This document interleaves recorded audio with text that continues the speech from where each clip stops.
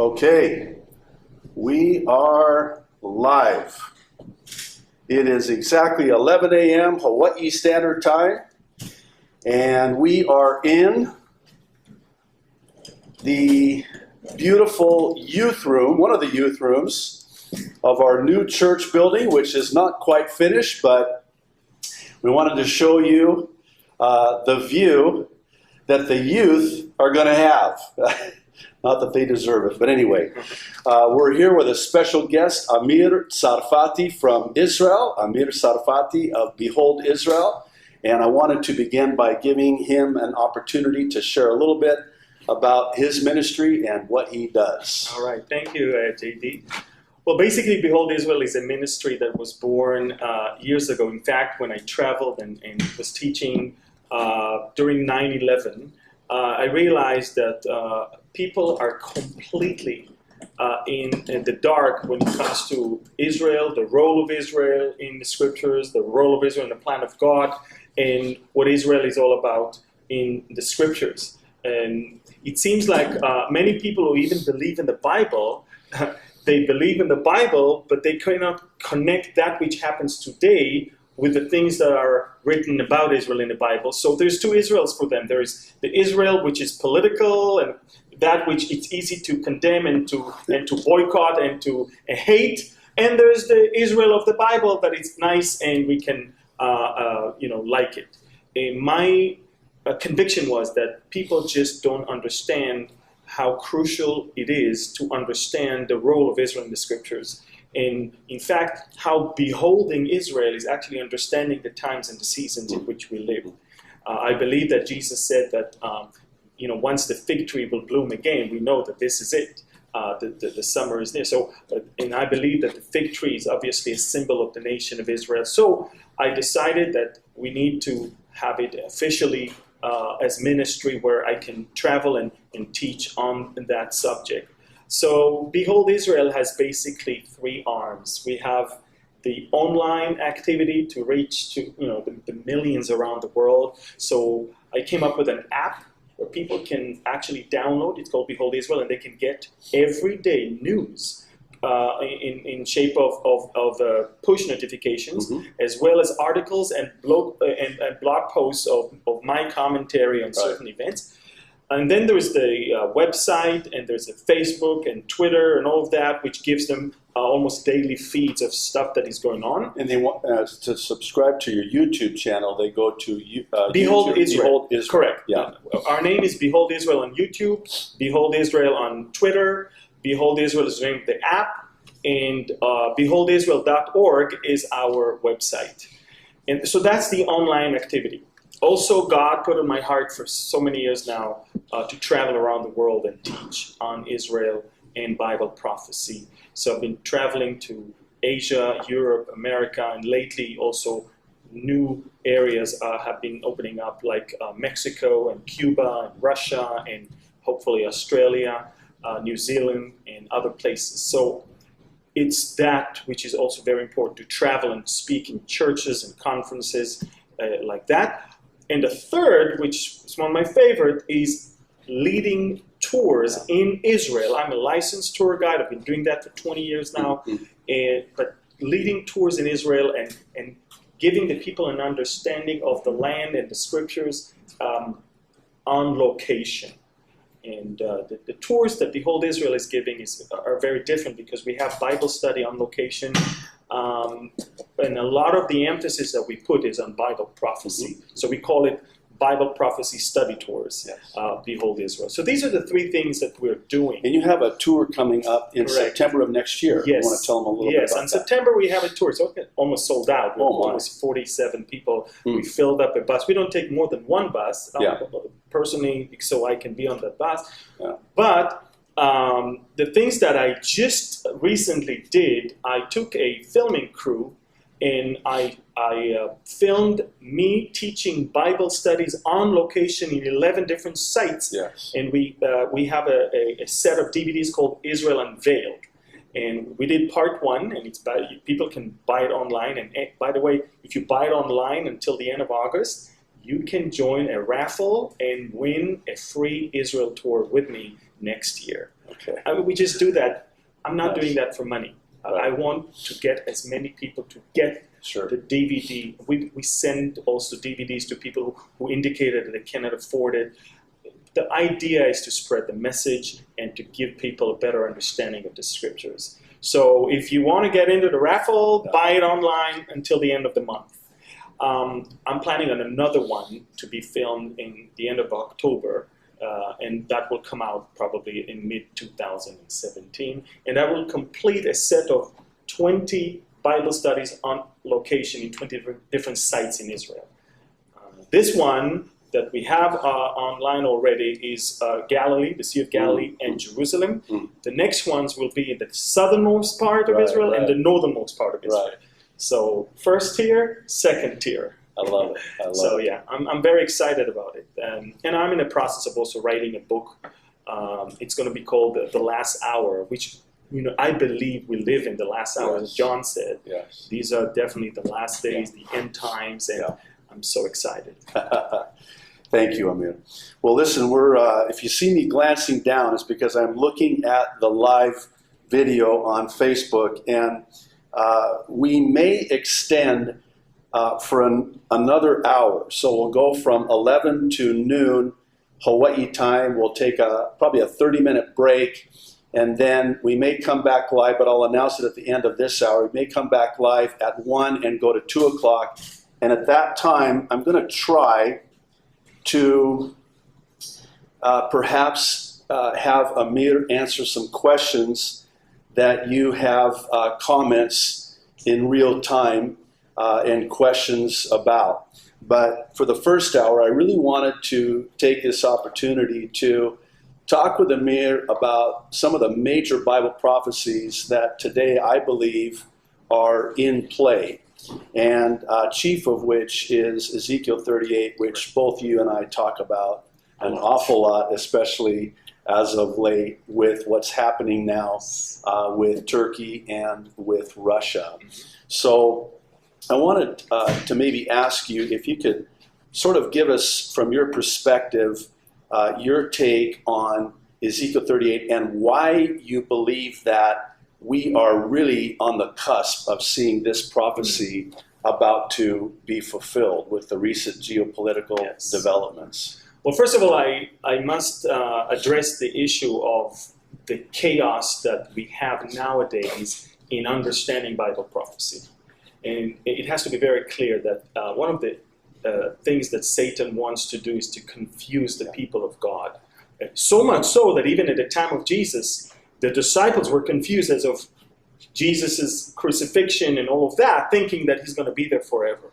And the point is that we have to always consider events in light of written Bible prophecy and not try to fix that which is written and change it according to what the events are.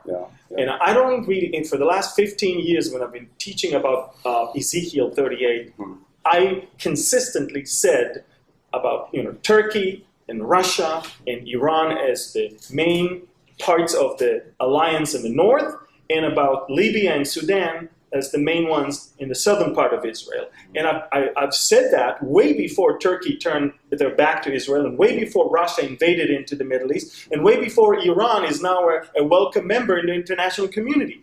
And so I'm not trying to reconcile the scriptures to the events. Now, what we see is a tremendous set of events that setting the stage for Ezekiel's prophecy to come to pass. We see a Turkey that turns around from being friends of Israel to be one of the fierce opposition to Israel, and then becoming very, very I would say controversial in the eyes of the West, to the point that even this morning I read an article about the fact that Putin is running to the arms of, Erdogan is running to the open arms of Putin because the West is no longer accepting him. Erdogan is having issues now with NATO, with Austria lately, with obviously other countries, and you can see that Russia is waiting with an open arms for that. Iran, we all know, in light of the deal that I wasn't in favor of it, but I could see it coming. Yeah.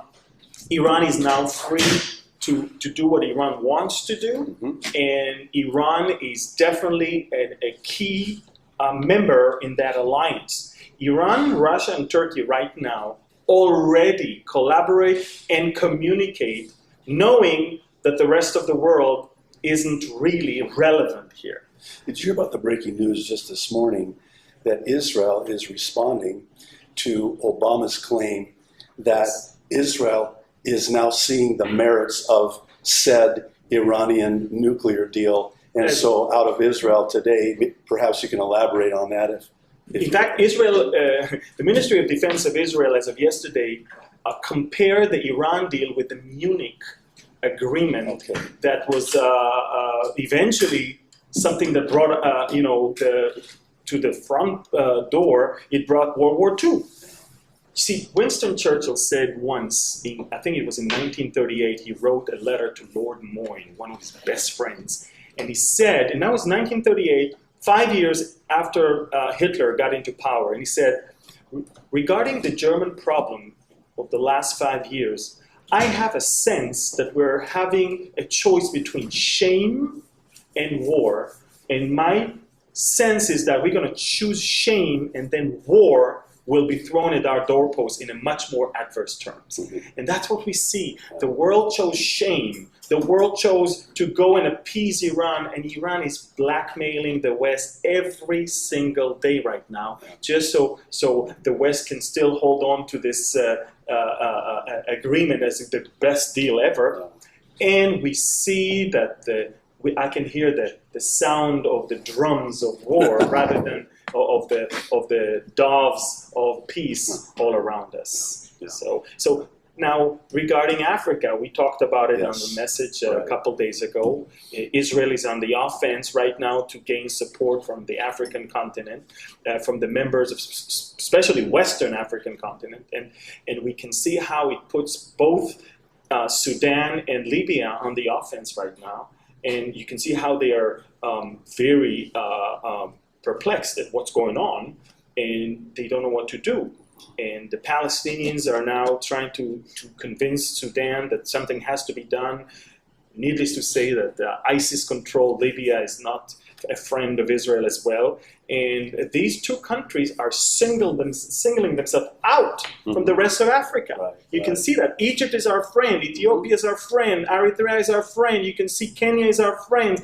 All those countries around them are either friends or becoming friends, whereas these two countries are standing and waiting for the opportunity to somehow get back on us. And the time is coming. These are Put and Cush. These are the two countries Ezekiel mentioned. Never before in the history of planet Earth, the geopolitical situation in the Middle East looked so real and so close to that which Ezekiel 2,800 years ago predicted. Do you see a shelf life of sorts or an expiration date, if you prefer, when it comes to prophecies like Ezekiel 38? And by that I mean, all of the nations now, as we speak, are at the ready and in alignment. But in 5 years from now, so much could change in terms of those nations that today are at the ready. I'm going to say this. I personally believe that Ezekiel 38 will eventually usher the rise of the Antichrist, which means bringing peace to that war-inflicted Middle East. I cannot see, from what Daniel prophesied, I cannot see America being the one who brings peace to the world that time. I cannot even see anyone in Asia doing that. Speaking and looking into Daniel's prophecy, I can only see a Western European leader coming and introducing peace. And the thing that I'm trying to say is that we're going to see how big countries of today becoming irrelevant, and how irrelevant areas as Western Europe today becoming more and more relevant to the picture.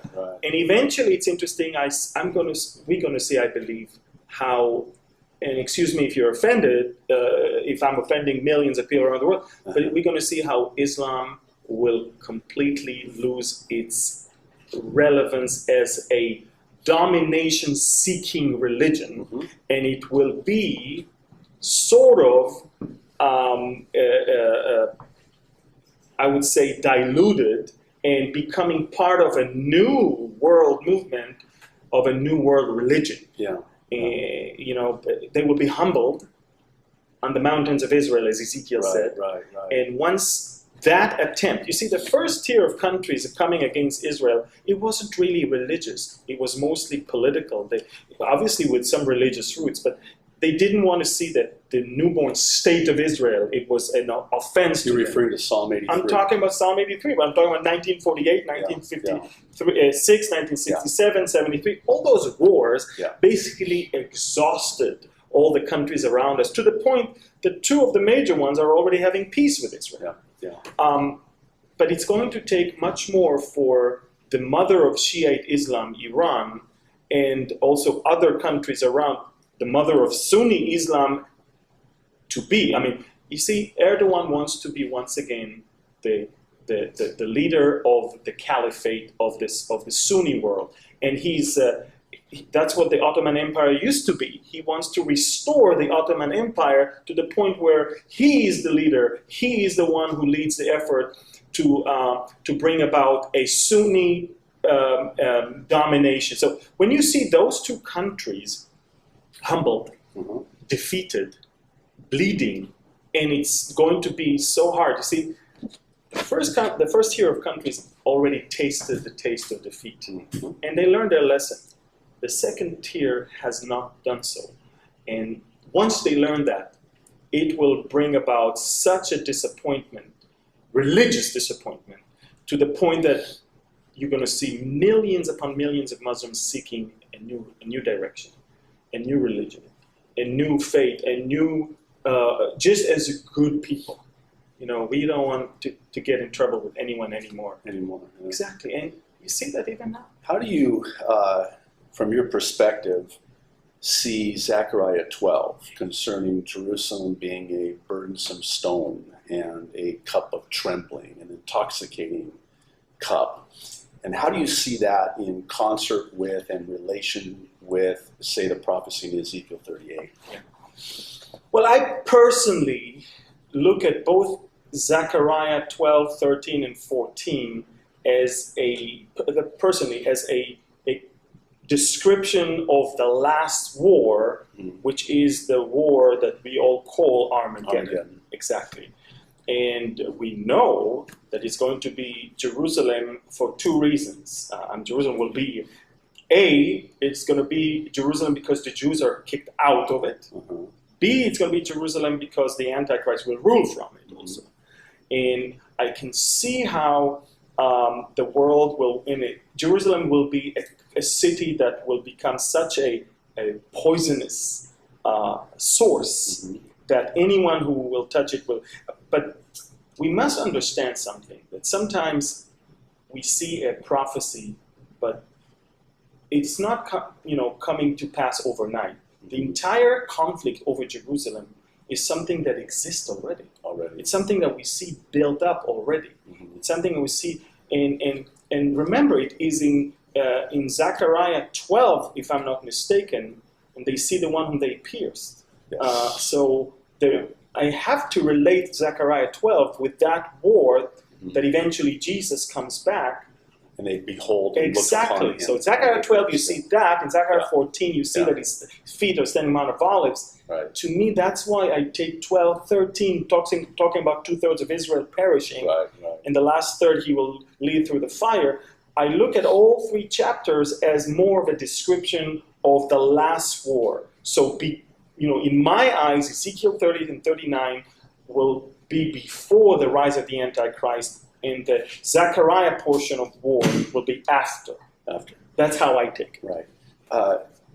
Talk a little bit about Isaiah 17 with relation to Damascus and Syria, and if you can, maybe weave into the fabric of the Isaiah 17 prophecy concerning Syria, how you see the Islamic State now sort of playing into the broader scheme of things. First of all, I've always said about ISIS that God is allowing us through ISIS to see what the world looked like before Israel entered the land, and what the world is going to look like when the Antichrist is going to rule the land. Which means, before Israel entered the land, if you remember carefully, before Israel entered the land, the Gentile nations that lived in the land of Israel, they had horrible practices. Mm-hmm. And one of them was beheading. Another one will be sacrificing human sacrifices, cutting limbs, and of course, I'm not even mentioning the sexual abuse of girls and all that. That was not a crime in the life of the Canaanites of the land of Israel. That was a habit. Right. That was a lifestyle, not a crime. Right. When Israel was led into the land, God said, go and leave no one alive, because obviously that innocent blood cried out before the Lord. So you see a glimpse with ISIS of what the world looked like then, but then you also look at what the world is going to look like when they will kick God out and the Antichrist is going to rule. Yeah. The Bible talks about the beheaded saints. Yes. Now, everybody is holding a beheading right now as a crime, don't we? Right. That's going to be the practice of the Antichrist, Right. not a crime. For those who refuse the mark. And who is going to be around the Antichrist? All those peace-loving people. Right, right. All those who think that we are bigots, that we are trying to start a war. All those who think that we're radicals, that we are extremists. Yeah. When we're gone, they will have a sigh of relief that we're gone. And all these peaceniks, we call them, all these peace-loving, all those tree-hugging people, all those people will embrace a person who will actually regulate beheading as a practice. Can you imagine? Right. So ISIS is there now. ISIS is stirring up the pot right now. I don't see ISIS in the Bible prophecy when it comes to Ezekiel, but it's definitely causing things to happen in the Middle East for the Ezekiel prophecy. A prelude of sorts. Exactly. Right. It is because of ISIS that apparently Russia invaded into Syria. It's because of ISIS that Syria has a problem right now with the entire West. I don't know if you know that as of this morning, there's a big news article about the Interlik, the airbase that they have that was built by the U.S. Navy in 1951 in Turkey. Turkey, right. And that Interlik airbase has dozens of nuclear warheads. Right. I don't know if you know. And I don't know if you know that, but Erdogan is now basically besieging that airbase, not allowing anyone in and out. With U.S. military With personnel. U.S. military personnel. They're not. He cut the electricity, he cut the water. Yeah. You're talking about an international crisis that is not being talked about, but it is on the ground, and there are nuclear warheads on location right there, right now. So we are looking at, and that, by the way, that is the reason why all air activity against ISIS is suspended, because this is the airbase from which the U.S. Military would You're take hearing off. this in Israel. We are not hearing it in the United States. Well, because what you're hearing in the United States, obviously, is all your elections baloney. I mean, I'm sorry, but No it's need so to crazy. apologize. I mean, I'm That's turning putting on, it kindly. I'm turning on TV, and It's I all cannot Trump, Clinton, Trump, Clinton. imagine the Yeah. amount of garbage on TV. Yeah. And this is a major, major news piece that people are ignoring right now. So ISIS is there, I believe, to stir up the pot, to somehow ignite or push some sort of things to happen. But they will not play a bigger and a more significant role later on. One other role I think ISIS is going to do is create in Europe antagonism towards Islam and create amongst the Muslims the desire to seek a different direction and to be all do good, be good, and say good, and be part of the new movement that the Catholic Church is spearheading right now. Right. So you have the Pope and Roman Catholicism sort of as the head, Correct. as it were. Spearheading that effort. Right. Do you see then? I was just told I need to speak louder. You want me to start yelling? I can do that. Do you see the Pope, Roman Catholicism today, this Pope particularly, being catalyst, for lack of a better word, that brings together not just Sunni and Shia Islam, but also all of the major world religions, including Islam and Catholicism and Judaism and all of the above. I will tell you even more. Okay. The agenda of the Catholic Church today is far beyond the religious realm. So yes, they do have the interdenominational and the ecumenical movement to speak to other religions, but it's far beyond that. The Pope is now into getting all the scientist, academic institution also into, by saying that he doesn't believe, by the way, that God has miraculously, magically created everything like that with a magic stick. He believed that things had to evolve. By doing so, he says, I believe in the evolution. Evolutionary Correct. creationism. Yeah. He doesn't, he actually says that the Big Bang Theory and the story of the creation can be reconciled. They can live together. So to say that it's only about religion, no, he's going to be way beyond that. He's going to talk to other religions. He's going to talk to other movements, sexual movements, scientific movements. Everything is now being on the radar of the Catholic Church to reconcile and to bring. But the first thing they do, before we reach out to other religions, let's reach out to the different denominations within the church. And I've seen unbelievable video footage of the Pope personally addressing conferences of evangelical Christians, trying to tell them that we are all Catholics, because Catholicism means universal, and that diversion is diabolic and unity is important, and all of that.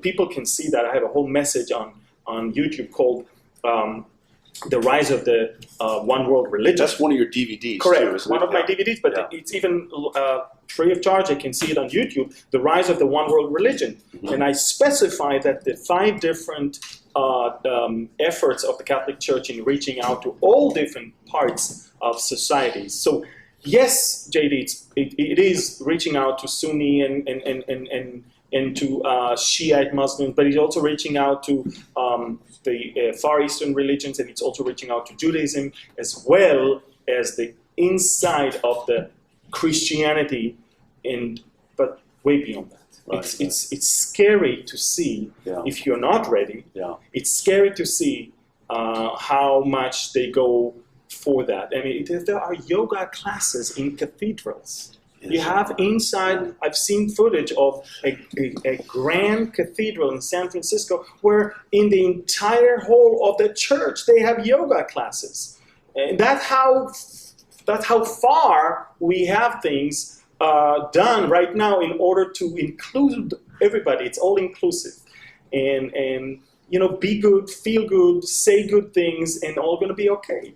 And in one of the speeches of the Pope a couple of years ago, he said, even the atheists are going to be saved. They're all redeemed because, the blood of Christ redeemed us all. You can be an atheist. I mean, even John Paul II in the year 2000, one of his messages in December of 2000 said that all who live in accordance of the Bible Beatitudes, even if they do not belong to the church or believe in Jesus Christ, will enter the kingdom. As long as you're humble, as long as you're okay, as long as you do good, feel good, be a good person. Be a good person. So you can imagine when there's only 5% of the Muslims that are violent and 95% of them aren't, and they see how Islam is losing ground, how many of them are now going to get this invitation of, you want to be part of the do good, be good, see good, and you don't want to be tagged as Muslims, as radicals, why don't you join us? You're still going to be Muslims because the name of your religion is irrelevant. Yeah. You don't have to, crucify yourself or do that. You don't have to eat certain food or avoid other things. You can just stay who you are as long as you're a good person. That's all that matters. And really, not this Pope already furthering that? This Pope did more than any other Pope in history. In just a short period of time. Correct. Yeah. It's almost scary to see that. I talked to you about what he said that, what he's trying to achieve, but I don't know if you remember, but in January of 2016, there was a horrible terrorist attack in Paris, and people kind of forgot. Sure. And that was in the Charlie Hebdo newspaper editorial. Yep. And all the staff members of that magazine were murdered. They were executed. And when the Pope was asked about it, he was on a flight on the plane. When he was asked about it, you know what he said? If somebody calls my mom a name, I will smack him too. Basically saying, I understand why these terrorists... He legitimized it. Exactly. He legitimized it. So you see that the effort goes way beyond religion. It goes to even get the terrorists to somehow sympathize with him. Yeah. Oh, it's sad. What is the spiritual temperature in Israel today concerning peace, the two-state solution, and the potential for the subsequent rebuilding of their temple? I believe that the last 10 years were the sobering up period for most Israelis to understand that peace in our time is probably not going to happen. They understand that there is really nothing to talk about and no one to talk to. And why? Why is that so? I just sent my son to the army a week ago. The last thing I want is a war. Right. The first thing I want is peace. Right. Especially now. It's not me walking or going and holding her. It's my son. Yeah. We all have a special feeling for that. And however, we still see the Palestinian authorities teaching their children that there is no such thing as Israel. They obviously hail and sanctify every terrorist as a martyr. And you see that in school camps, they are teaching them how to shoot and how to kill and how to murder. You can see that on the other side, there is really no one to talk to and really nothing to talk about. Because as long as Israel will exist and Jerusalem is our capital, they won't accept us. I'm sorry, they won't accept us. And to be honest with you, JD, I look at all my Bible from Genesis to Revelation, and I couldn't find a Palestinian state there. I tried. But I did find countries like Jordan, countries like Syria, countries like Egypt, countries like Lebanon. I found all those sovereign countries either in relations to a war or peace, but I found them there. I couldn't find that which everybody calls Palestine. So I'm not worried that Israel will be taken by the Palestinians and become Palestine. I'm not even worried that somebody will try to impose a peace process, because at this point, all we need to worry about is what you started your question with, Isaiah 17. 17, yeah. I'm a major in the Israeli army. I come from a military background, and the eyes of the Israeli military right now are not fixed on anything else but on Damascus. At this current point. Interesting. Yeah. Yes. Yeah. You know that one of the things I always tell people is that I had colleagues, counterparts on the Jordanian side that I used to talk to when I was, deputy governor of Jericho, and later on the peace process began, and we turned Jericho into Palestinian Authority's first city in the West Bank. And that's when you met Yasser Arafat and Abu Mazen. Abu Mazen, I brought him in. My people. Yes. But the thing is that what I want to share with you is that the doctrine of the Jordanian army is Israel is not our problem. We need to put our back towards Israel and our face towards the east, because that's where the problems come from. Yeah.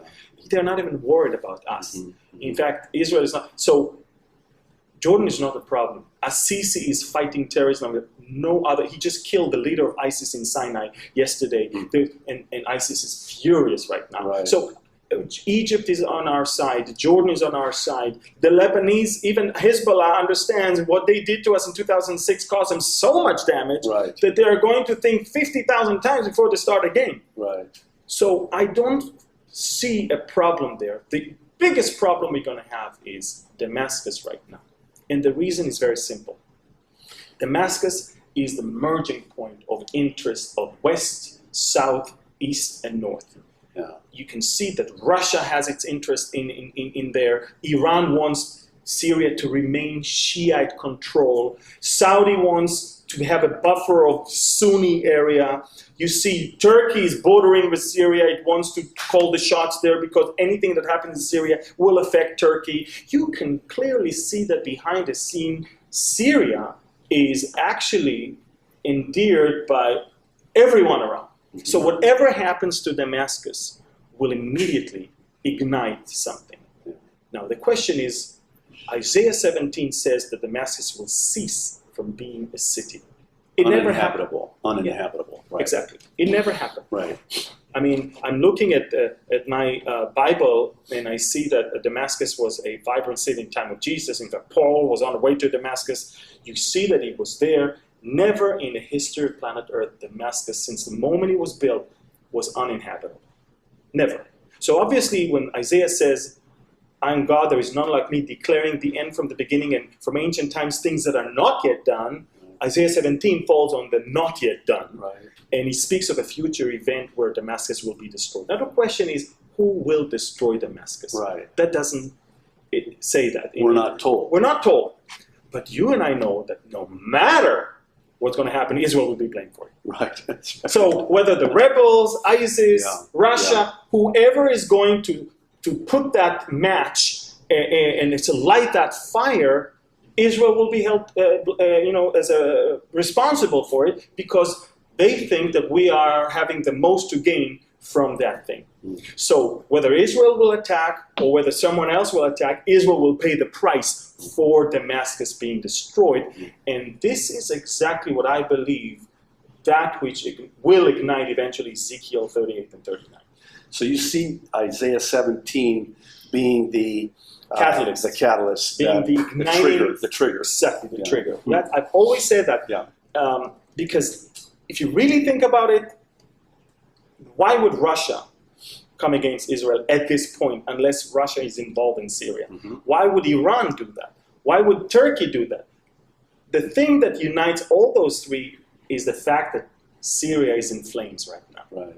And it's so strategic as a nexus. Exactly. Right. So let's talk a little bit. Boy, time is flying so fast. We still have another 20 minutes, but let me just say again, for the benefit of our Facebook Live viewers, that we are going to extend another hour. So we're going to cut it off at 12 noon in about 20 minutes or so, Hawaii time. We're going to take a 30-minute break, and we'll come back at 12:30 p.m. Hawaii time. We'll go for another, we'll come back at 1 p.m. No, we'll go from 12:30 to 1:30.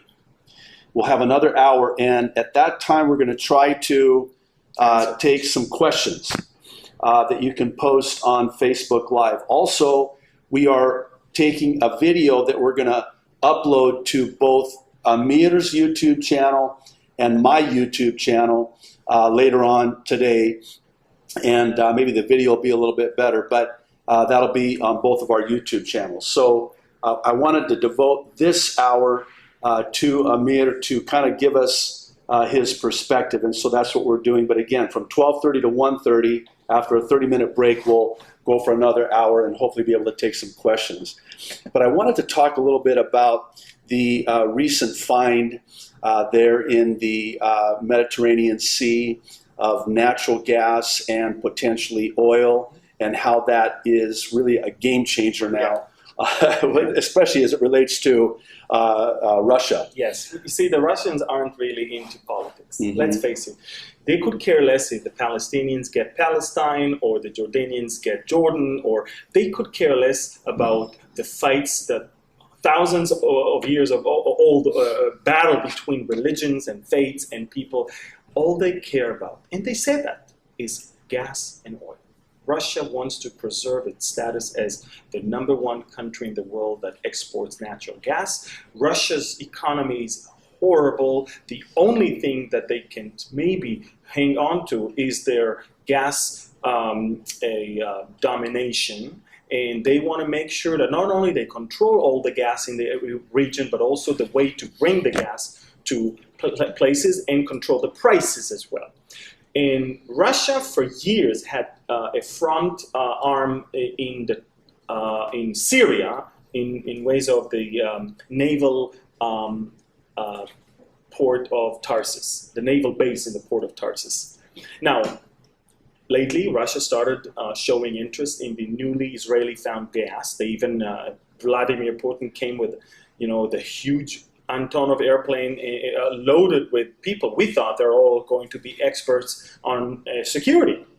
We thought it's going to be the Ministry of Defense talking about Syria and the civil war. No? But all he brought is people from the gas and the oil industry. That's when he met with Netanyahu? Correct. When he came to Israel and he inaugurated some sort of a monument in the city of Netanya and all that. And so we were quite amazed because he literally came to put on the table an offer that Israel will give him a stake in our gas finding. Netanyahu did not really collaborate with that. But, if there's one thing you can say about Vladimir Putin is that he has some patience. He can wait. And he waited. And now seeing the rift between the Israelis and the American administration, he's with an open arm, welcoming Netanyahu every time Netanyahu comes to Moscow. And it's only a matter of time before he will repropose to have a stake in the Israeli gas and oil. Now, I believe that the hook in the jaw is the gas and the oil. The hook, that's the only thing that brings them down to this area. Not even now, even before. Their arm in the port of Tarsus was always because of their interest in the gas and oil. Now, by the way, not only Israel has gas. Egypt found gas. Cyprus found gas. The region has gas, and they want to dominate that gas. And we can see that happening.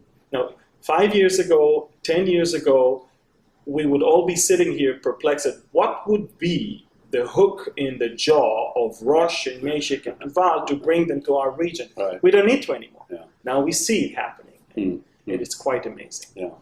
So what is the relationship now between Putin and Netanyahu, given that our president, Barack Hussein Obama, has in effect deputized Russia and Iran? He has handed the Middle East to Russia and Iran. He did that single-handedly. Yes, he did that with the red line that he crossed 50,000 times during the crisis with Syria. And ever since, he did that also with the Iran deal and other things. Yes. But Netanyahu knows who Putin really is, right? Netanyahu knows who Putin really is because Israel is drenched with the Russians. We have Russian politicians in the Israeli parliament who speaks Russian. We understand the culture. We understand the language. Our Minister of Defense is a Victor Lieberman, born in Russia, raised in Russia, speaking fluent Russian. So we understand who we're dealing with. At this current position right now, when Russia is physically present right around us, next to our border, it makes sense for us to go to Moscow and collaborate and coordinate with them. What would any trip to Washington do to prevent the Russians from attacking our aircraft when we destroy weapon shipment right above the skies of Syria? Right. We need actually a mechanism between us and the Russians to collaborate on that issue. So Israel understands that at the present time, it's not going to be forever, there is a great value for us in collaboration with the Russians. However, we also understood that that may not hold water for too long, and that explains the Israeli new offense to get support in the African continent as well. Israel has never ever been so aggressively seeking for international acceptance as it is right now. Prime Minister Netanyahu is probably, apart from obviously Washington and Moscow, is the most visited head of state in the world. Interesting. We have, if you go on our Prime Minister's Facebook account, and you can see every single day we have some head of state coming to visit him. There's no such thing in the world. Right. So you can understand that we are in a very interesting time period right now. Yeah. And the separation between us and the American administration, which used to be under the ground, has surfaced lately to the point that the Americans unofficially told us that they will not anymore automatically veto anything against Israel in the UN. I know, right? Yeah. And we have to live with that reality right now. Yeah. Now, I could have told you that 15 years ago. Why? Because I'm not really fed by the media. I call them the Medianites. By the way. Medianites, right? I'm not fed by the media. I'm fed by what the Bible told me that is going to happen. Uh-huh. And I'm actually smiling when I see how current events fit into Bible prophecy, Right. and not the opposite. We don't have to rewrite the Bible. They Right. have to obviously get their act together. And that's why I love to see how in Psalm 2, God is smiling at all of those. He world laughs leaders. at them because he knows them. their end. Exactly. Right. They don't have a clue Right. that they do that which he, at least allowing them to do, Right. and it plays perfectly into his plan. Yeah, yeah. That's why, I'm thinking often about on Herod or Pontius Pilate, for example. Pontius Pilate really, in his wildest dreams, did not have a clue that he will be in the books of history, and he will be such an important figure. Pontius Pilate actually wanted to run away or get rid of the Jewish people in the first visit of him to the land. Little did he know that the events of his first week in the land of Israel would prepare his heart for later on condemning Jesus. Years later in Jerusalem on Passover. When you come to Israel and we go to Caesarea, Right. I'm going to share that with you because, by the way, it's written in Josephus's book, That's right. The Jewish War. That's right. It's all written about Yeah. it. So you can see how world leaders, whether it's today or 2,000 years ago, they make their decisions based on fear or based on political climate, but they have no clue how God is going to use it for his own purposes and his own plan. And the fact that he encountered some Jewish rebellion on the week that he has arrived caused him not to want to get into trouble with them years later and to condemn Jesus to death. Because in any other circumstance, he wouldn't really care about what the masses are saying. Right. And if he thought that Jesus is innocent, he would have released him. But not then and not there. It's interesting, my prophecy update last Sunday, I talked a little bit about our presidential election this year. And it was really to be a word of encouragement to us here in America. Believe me, Amir, if God did not call me to suffer for the Lord in you are suffering. paradise on earth, I would love to, like Joel Rosenberg, whom you know personally, move to Israel. I'm going somewhere with this, but I made this comment about how that God raises up kings and he takes down kings. Correct. And he appoints rulers. And he only does it to serve his end. Exactly. His purpose, for his glory, and our good. Even though they are evil rulers, God works it for good. I think about Joseph, my favorite hero, man of God in the Bible, when he finally reveals his identity to his brothers in Genesis 50:20. I mean, it is just so powerful. That which the enemy meant for evil, God turned it into to save many people this day. Amen. This day. Yes. And I just think to myself that, what God is doing, he's orchestrating. It's interesting you bring up Pontius Pilate, because God, it says in Proverbs, he directs them the way a river is directed downstream. And they don't know that. And they don't know. And they actually, if you ask most of them, Right. don't agree with the Bible, don't agree with the Word of God. They could care less about the Word of God. Their agenda is what consumes their minds and their actions, yet they don't have a clue. I just remember we have a few more minutes here, when you were with Jack Hibbs in California, and you were talking about how that the likes of a President Richard Nixon, Yes. when he was a young boy and his mother. Perhaps you could share that story. It's just amazing. Well, It is amazing. 1973 was about to be a war that Israel will be completely annihilated. In fact, Moshe Dayan, the hero of 1967, the Ministry of Defense, told Golda Meir, the prime minister at the time of the Yom Kippur War, Golda, we're about to lose the third temple, which means, Golda, Israel is going to go down the drains. It's the end of the story of the Jewish people in the Middle East. That was the feel. And Golda Meir picked up the phone and called the White House at 3 a.m. You don't do that to a sitting president unless something. And she said, Mr. President, if within the next 24 to 48 hours America is not going to help us, we will not exist anymore. And President Nixon, it's 3 a.m. You wake up in the middle of the night, he paused, and then he said, you know what, Golda? When I was a young boy, my mother used to read me every night Bible stories. And I remember there was one time she read me a Bible story, and she stopped and she said, Richard, I want you to promise me that if you will get to a position in the future where you can help save the Jewish people, you must do so. And he said to Golda, maybe now for the first time I understand why I became president of the United States of America. He hung up the phone, he called the Pentagon, and within the next 48 hours, the largest shipment of armament since World War II was on its way to the Middle East. And that changed the shift and caused Israel to go from the defense to the offense, and eventually the war ended up with the enemy not even winning a single square inch.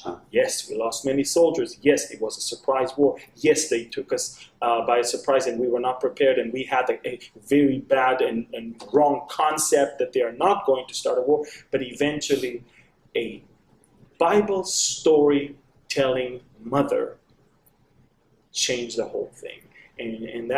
And that, of course, stands in complete opposite to a sitting president right now, which I'm not sure how the Bible plays a role in his decision-making right now. But to all those Bible storytelling mothers today, I'm just saying, don't stop doing that, because you could just never know. Who is in your house and what he's going to be in the future. I think of Esther, and Mordecai says to her, how do you know that God did not raise you up and position you for such a time as this? And I love hearing that. I've shared in the past how that, and for me as an Arab, so-called Palestinian, that's what I was told growing up, is that I'm Palestinian, and that your people, the Jewish people. By the way, I want you to know Amir speaks better Arabic than I do.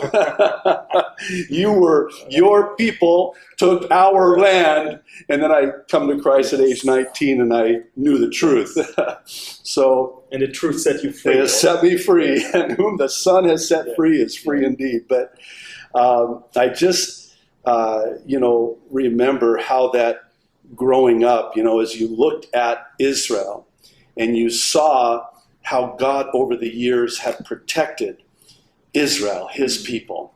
And one of the things that I've really dealt with, and we had talked about this because I have a huge Arab family here in America, many of whom were sponsored into the United States by my parents when we moved to America when I was 9 months old.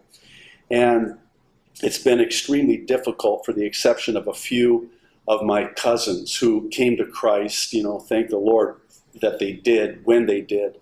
But other than them, it has been so difficult to communicate to them that as a born-again Christian Arab, I know in Christ there is neither Jew nor Greek nor Gentile nor Arab, but as a Christian Arab, that God has a covenant with Israel, and God, it is an everlasting covenant. And if God is through with the Jew the way we were told and taught growing up, then how secure are you? You alluded to it on Thursday night, that if God has a covenant with Israel and God is through with the Jew, then what's to say that God's not going to be through with me and you too? Exactly. That the personal advisor of Queen Victoria in England, Sir Walter Raleigh, was asked by the Queen one day, give me a proof that there is a God. And he says, I will give you proof Israel. And she was perplexed. And he said, if Israel is still there, then there must be a God. God's, I would call it, insurance policy is Israel's existence. Now, the problem that I have with a lot of people around the world is either they deny the role of Israel or they idolize Israel. These are two problems that Extremes. we have. Exactly. And we have to take things in the right proportion. But I must say that it's such an honor to me to be here with you, because I think this picture of a Jew and a Gentile, of an Arab and a Jew here in the same frame of the camera, like-minded because of Christ.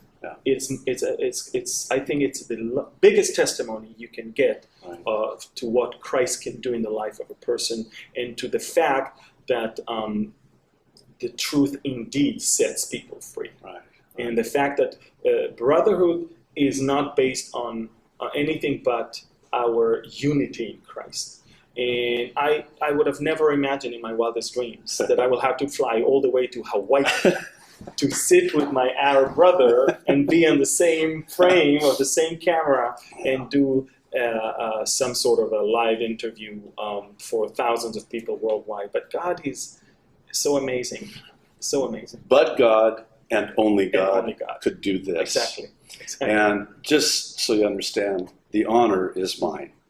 I have been really looking forward to having you here and having you come. And I'm also, should the Lord tarry, Lord willing, looking forward to bringing people from here to Israel, Lord willing, in 2018. Yes. And but we'll talk about that another time.